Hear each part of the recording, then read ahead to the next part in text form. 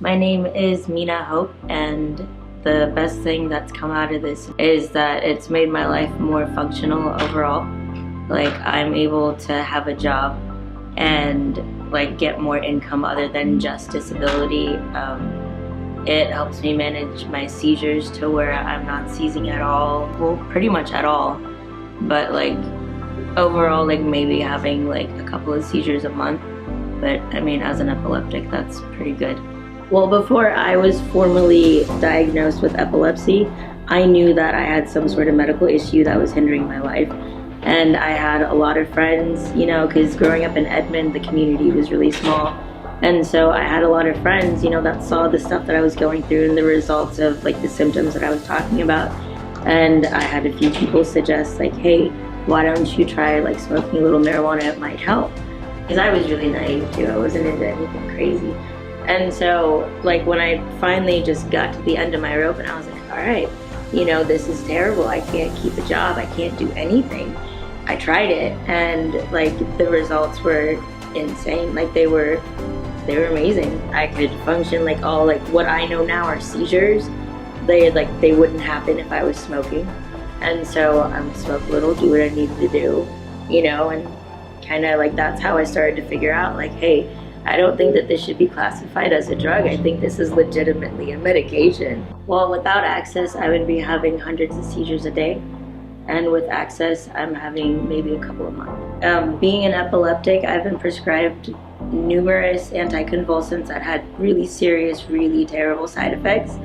And just as someone who's had to go through it and the after effects and the recovery from all of it, it's terrible. And I'm just glad that I never have to be suggested for like another pharmaceutical drug. You know, like at that point, I'm pretty sure I would just switch doctors.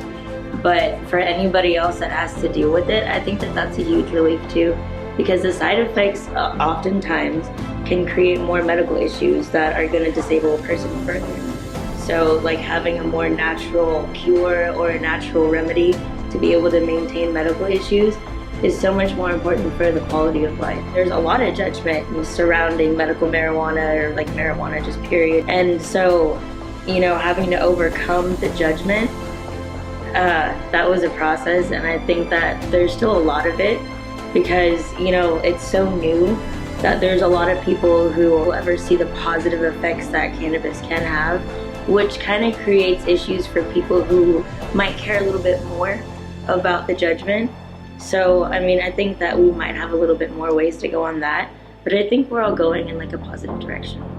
I'm really proud of Oklahoma. I was 50-50 on whether or not it was gonna pass, you know, just because of growing up here, I expected it to like not go the way that it did, but I was hopeful and I was really, really happy when it passed. And so I'm proud of us. For patients who have had to figure out what works for them individually, people like me know what works. You know, we don't need somebody stepping in saying, hey, you need to do this, this, or this, because trust me, all of the hoops that I have jumped through for my own medical issues and coming to the conclusion of what works for me, I don't need somebody setting me back 10 steps, because that's just like, that could actually kill me. And I would rather that not happen, because, you know, I like living. First and foremost, thank you to everybody and anybody who supported this bill, because access that people like me need to this kind of medication, it's changed my life, and I know it's changed so many other patients' lives. I'm one of the 57 patients who voted yes for medical marijuana. Thank you, Oklahoma.